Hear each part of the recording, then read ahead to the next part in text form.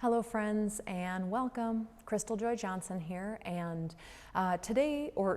this sequence is going to be a sequence for loss and or grief. I have a few friends actually who over this past week have gone through some very big losses, and some of them were very close to me as well, so I have been in a sense of grief.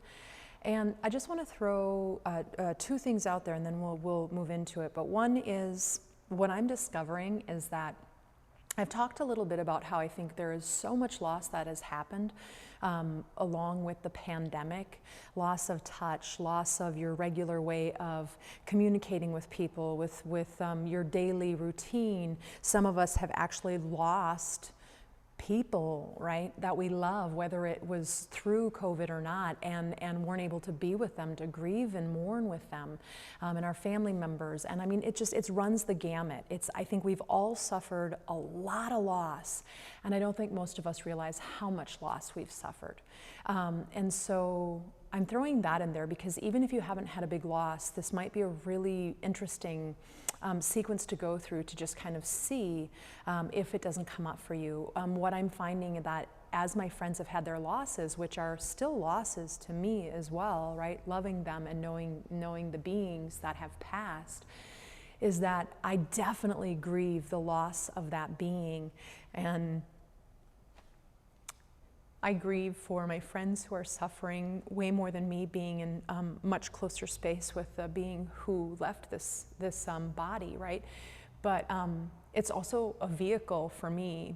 If I sit and I observe and I witness myself, I'm realizing, oh, this is also letting all of the loss and the grief that I've had this last year and a half start to rise up, so that I can start to feel that, understand it, witness it, and hold it. And that was the second thing that I wanted to add in, is that when we're dealing with grief and loss, I think a lot of times we want to shove it down, right? And repress it. And it's going to come up at some point in time in some way. And so what I play a lot with my grief, that's been a useful tool for me, is when I'm in this kind of a sequence, or when I'm meditating, or when I just feel it really strongly come up in the grocery store, or when I see the thing that person really loved to eat, you know, is that I just try to hold it. Literally, I just close my eyes for a few moments and I imagine myself holding that grief like a baby and rocking it. So if that's useful, please use that tool. Today we're going to do some restorative poses, a little bit of subtle movement too, but we're going to do 2 restorative poses. So I'm going to, I forgot my darn wristwatch, so please forgive, the phone is just for me for timing. So if you have 2 pillows, 2 blankets, you know, if you have your yoga blocks, any of that kind of stuff, be creative, be inventive. You're at your house more than likely doing this, so you probably have things around that you can use. Tall books, soup cans, like what does it need to be, right?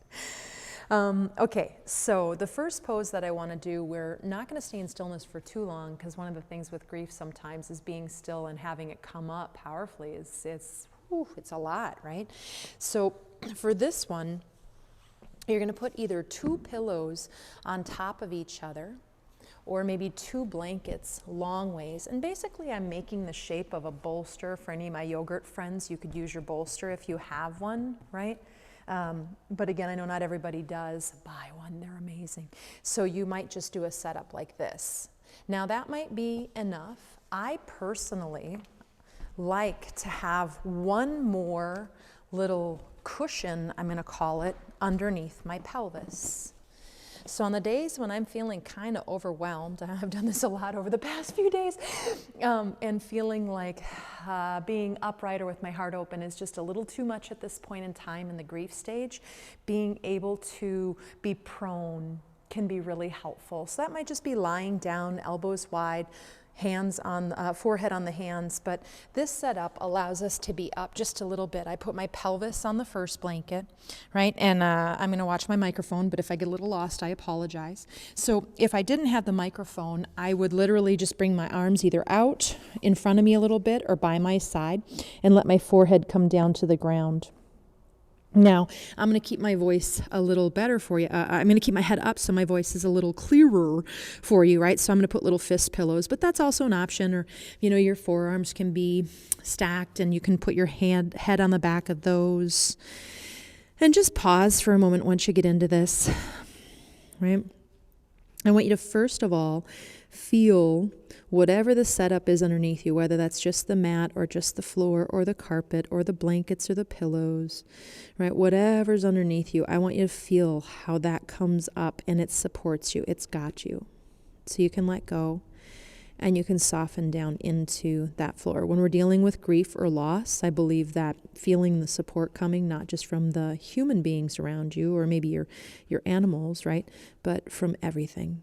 So feel the support of the bolsters, of the floor, rising up to meet you, holding you. And then let's just go into the breath. We're going to use the breath to soften the body. So inhale, filling up, and of course it's a little different with our belly prone, but filling up in the way you can here. Exhale, soften all the muscles in the face, especially that jaw. Inhale, filling up from the pubic bone to the collarbone. Exhale, this time soften your neck and your shoulders, the arms, hands, and fingers. Inhale, filling up from bottom to top. Exhale, softening your torso, so let that be from your chest and upper back all the way down to the belly and the low back. Inhale. Exhale down into the hips. This is a great position to cry in, for me anyway. I've cried here so much. I found this during my divorce. Whoo-wee, was I in this a lot. Inhale and fill up. Hippies get their very own. Exhale, soften the hips. Inhale. And exhale, softening the legs all the way down to the feet and the toes. And then take just a couple of breaths. Notice how you can expand your back ribs, the back of the waist. You can even probably start to get into that sacrum and even think about how that tailbone moves gently on the breath. And the mind is going to wander off, and that's okay. And if it goes to the sadness or a being or any kind of loss, that's okay. Just instead of lingering there, right? Try to come back to wherever I'm talking us through and just come back to the present. But that said, a felt sense as the grief comes up in the body. Do you feel a tightening of the chest, of the belly? Do you feel heat build up by the heart? Or, what are your physical manifestations of grief and loss? And then just keep breathing into those spots and give them space. But again, feel free to imagine that you're holding those areas of the body or the grief itself and rocking it gently, just like a baby.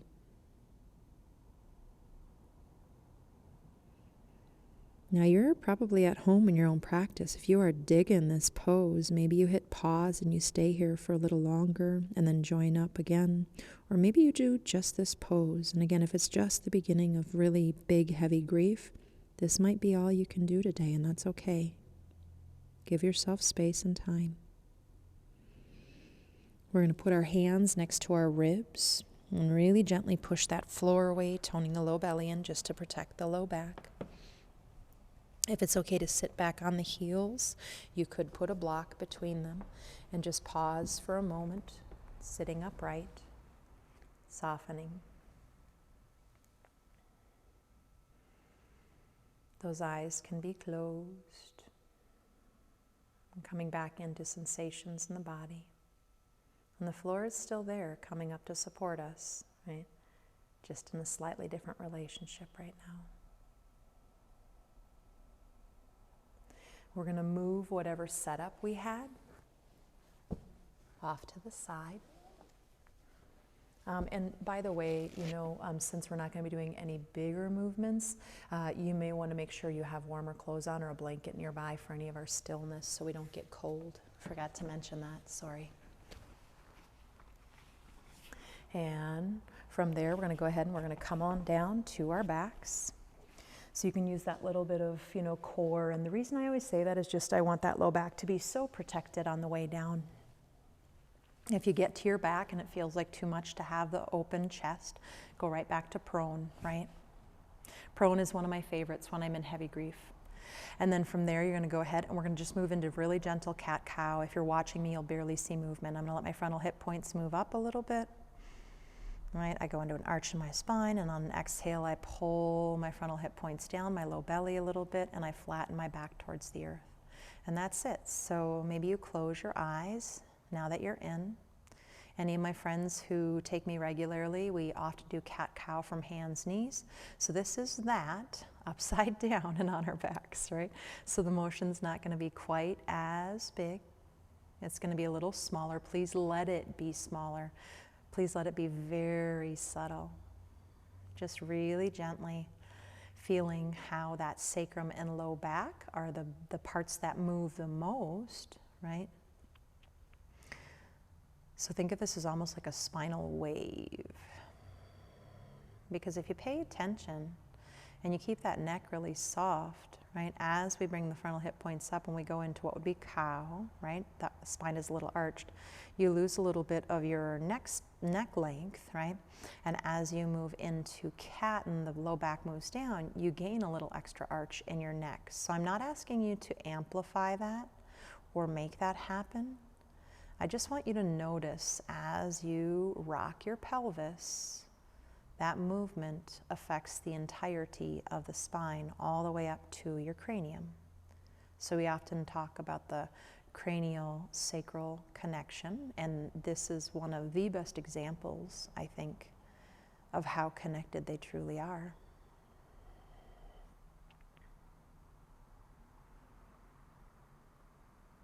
And then from there, go ahead and just pause for a moment when you feel complete. And just let everything be soft. We're going to move into windshield wiper, so the feet might go a little wider, they might not. How wide? What feels good, right? Tee the arms out, inhale. Exhale the knees over to the right. If you feel like you'd like support underneath your legs so they don't go so deeply, put stuff under them, right? Inhale the knees up and exhale the knees to the left. This is not about doing really big, broad poses. Inhale back up. This is about being embodied, coming back into your body, right? And you're just going to go back and forth a few times. Again, find your own pace, your own rhythm. I will often suggest that when we're trying to keep the nervous system in the relaxation response instead of the fight or flight, slower breath, which would mean a slower movement. So you can play with that.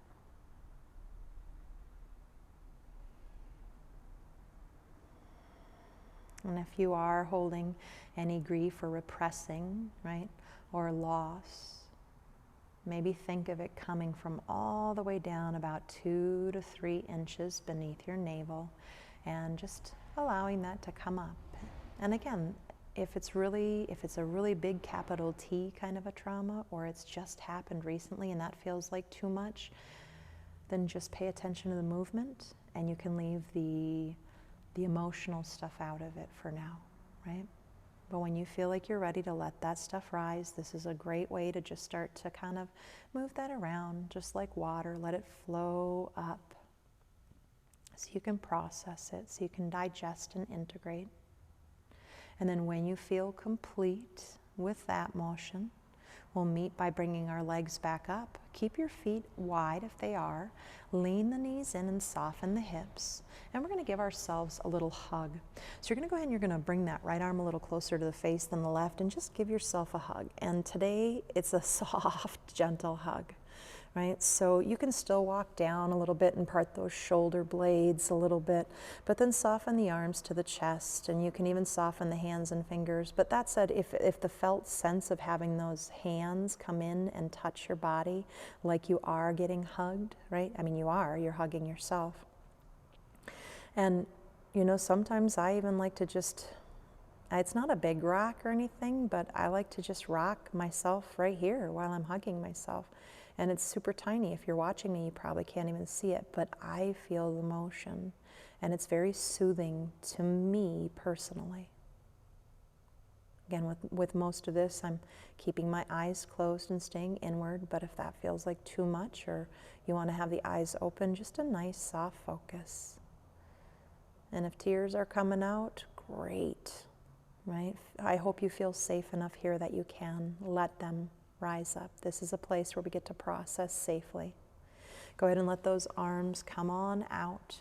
You're going to bring your left arm on top of your right and hug yourself. You can walk it in a little bit, but then, you know, soften. And again, you can either just soften completely, even the hands and the fingers, or you can keep the hands in on the body, that felt sense of touch, of hug, right?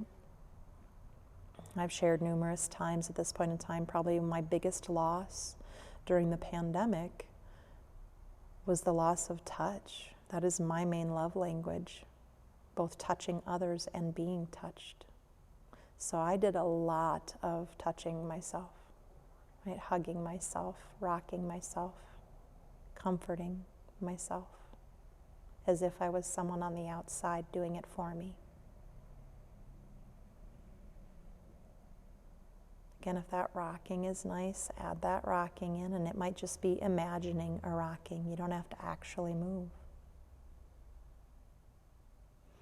Bring those arms out, let them come down to the ground, and just soften here for about 2 breaths. Soft belly breath, letting that belly just open up with every inhale and create space. You can leave the arms there or come down a little bit. Let's just walk the feet in and just do a couple more of those cat-cows, those spinal waves. Soft shoulders and neck and jaw. And when my emotions come up, right, I have pretty big emotions, and when they come up pretty big, and they involve a lot of my physical body, right, tensing or having reactions in different ways. And so every time that happens, I just notice it, right, and I try to soften and breathe into it. And sometimes I just have to bawl for a while, and that's okay. It's cleansing to me. And some days, the suffering or the pain or the loss just slightly transforms, right, so that it's manageable. We're going to come on up. So I want you to go ahead and let your legs go over to one side or the other. It really doesn't matter which one, right? And then you're going to push the floor away, and you're going to come on up. And we've got one more restorative pose I'd like to do. And this one is debatable in the sense that it's going to be just a mild chest opener. So if that feels like that's going to be too much for you at this time, you don't have to explore it. You can go back to prone or just regular Shavasana. But if it sounds like you'd like to try it, and you know you can come out of it too, right?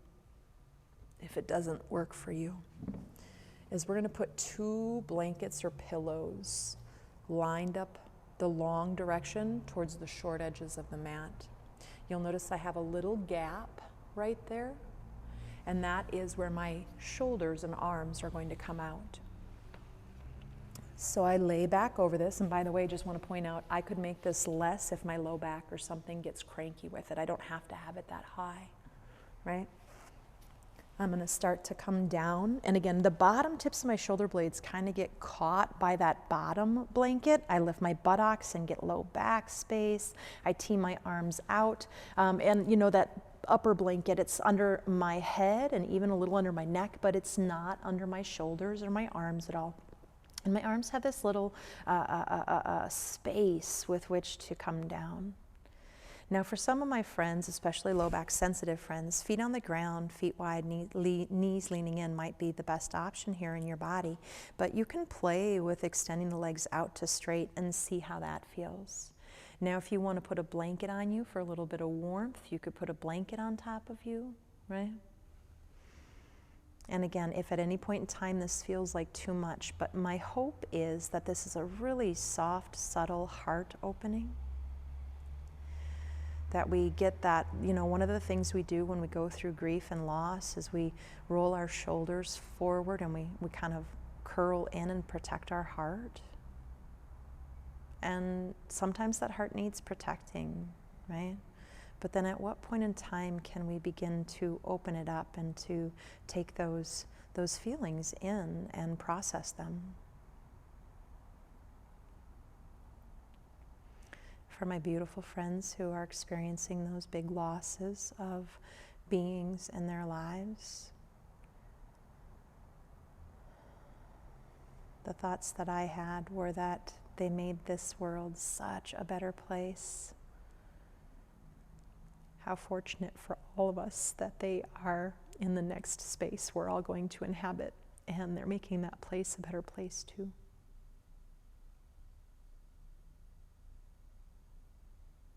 And I think most of y'all who journey with me in this life, you're not afraid of feeling the feelings, but if you are, just a reminder that you're supported from me, from afar, from loved ones around you, from the ground underneath, right? Find your support, remember it's there. And through that support, does that allow you to digest the feelings, right? To allow them to come up and to feel them. And for me, I often will tell myself, I trust you to be able to process these. And that might not work for you, but in the beginning, I think I didn't trust that I would be able to handle the bigger emotions, and so I would repress them. But every time I've let them come up, when the timing is right and I allow them to come up, I've always been able to work through them.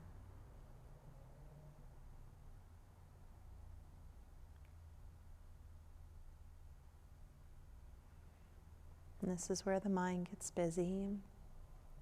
And you can tune me out or turn me off and just stay here. I'm just going to keep trying to lovingly talk you through this in case things are coming up for you. And the one last little bit I'll say here before we come up is Roshi Joan Halifax. She talks about how we need a strong back and a soft heart. And so much of, what I try to inhabit and what I try to also teach is that. Do we have a strong back? Do we have our integrity, our sense of self, right? We can draw boundaries. We know who we are in this world. We've sat still enough and listened. We know our truth, or at least we're working towards it. I don't know if I know mine, but I'm working towards it. But that heart, it's soft, it's vulnerable, it feels the feelings.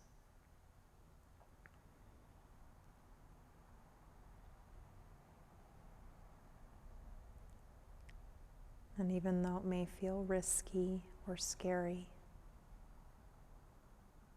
that vulnerable heart is what makes us more empathetic and compassionate and resilient and creative and loving.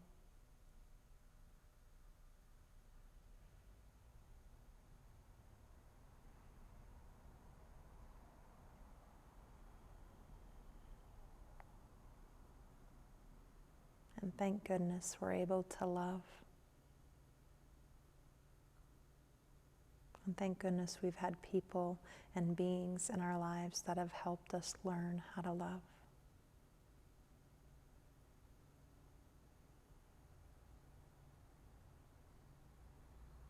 And sometimes they leave before us, and boy, that's hard, but I personally would rather go through that loss and have learned that, had that love in my life, than to never have experienced that at all.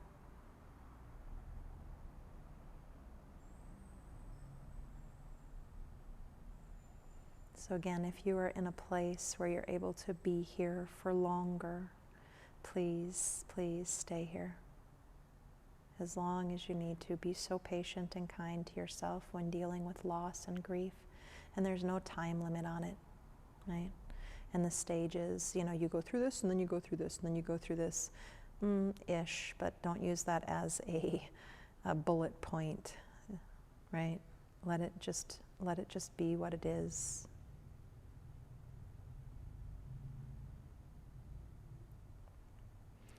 For those who are on time limit, we're going to put our feet back on the ground if they were extended. Rolling either side. You can just leave that bottom arm in the little hole. I love this side lying pose, by the way. This is another great pose if you ever want to lie on your side. And you can push the ground away and come on up to seated.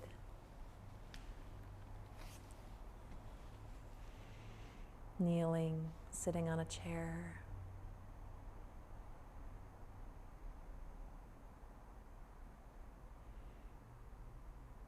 Bring your hands together in front of your heart. Inhale. And exhale, bow the head in. And if I may do one more share, as I have gone through these losses with my friends, one of the things that's come up for me a lot, right? My witness has showed me that some of my sadness based around it has been because I've felt very alone, a lot of loneliness around these losses. Not being near them or being able to take care of them or to see them or hug them or grieve with them, and you know, but when I really pause, I know that I'm not alone. I've got myself, right? And I love myself, and I cuddle myself, and I hold myself, and I rock myself. I've got plenty of people around me who, if I call upon them for support, they're there in a heartbeat. I have grandmother Silver Maple in the yard who I lean my back against and who has seen me through an awful lot of tears the past 2.5 years. Support is everywhere. You're not alone. I love you. Namaste. I hope this was helpful.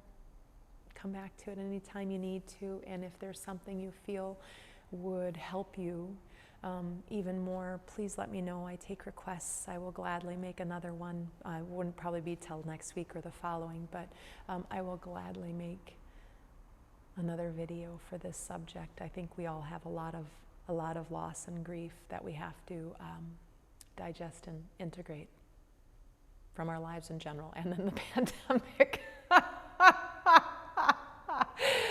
Oh, I love you guys so much. Bye. Namaste.